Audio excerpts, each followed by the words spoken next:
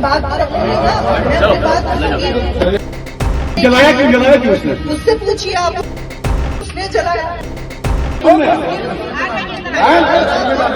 क्या उसने जलाया, मैंने नहीं जलाया। सामने वाला उत्तर प्रदेश के कानपुर में एक अनोखा मामला सामने आया है, जहां लड़के ने शादी से मना किया तो लड़की ने अपने दोस्त के साथ मिलकर उसकी कार में आग लगा दी। इस खबर में अलग और अनोखा एंगल ये है कि जिस लड़की ने इस कांड को अंजाम दिया वो पहले एक लड़का था। उसने लड़के से शादी करने के लिए अपना जेंडर चेंज करवाया था, लेकिन अनबन होने के बाद दोनों के बीच दरार आ गई और बात आगे नहीं बढ़ पाई।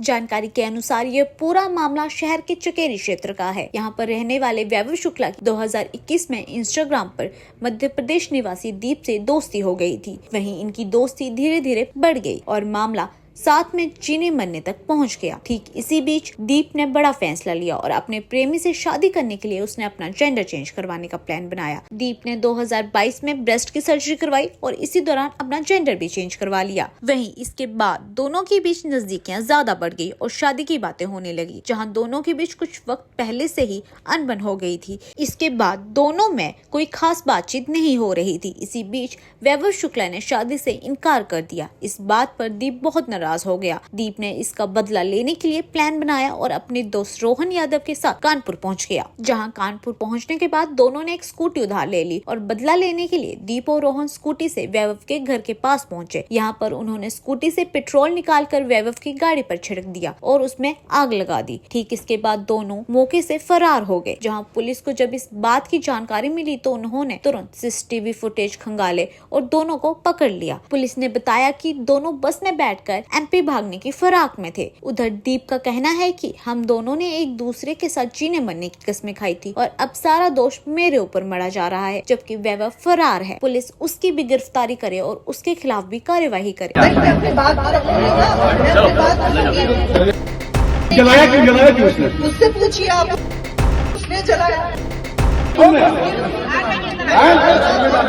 क्या उसने जलाया, मैंने नहीं जलाया। सामने वाला उत्तर प्रदेश के कानपुर में एक अनोखा मामला सामने आया है, जहां लड़के ने शादी से मना किया तो लड़की ने अपने दोस्त के साथ मिलकर उसकी कार में आग लगा दी। इस खबर में अलग और अनोखा एंगल ये है कि जिस लड़की ने इस कांड को अंजाम दिया वो पहले एक लड़का था। उसने लड़के से शादी करने के लिए अपना जेंडर चेंज करवाया था, लेकिन अनबन होने के बाद दोनों के बीच दरार आ गई और बात आगे नहीं बढ़ पाई।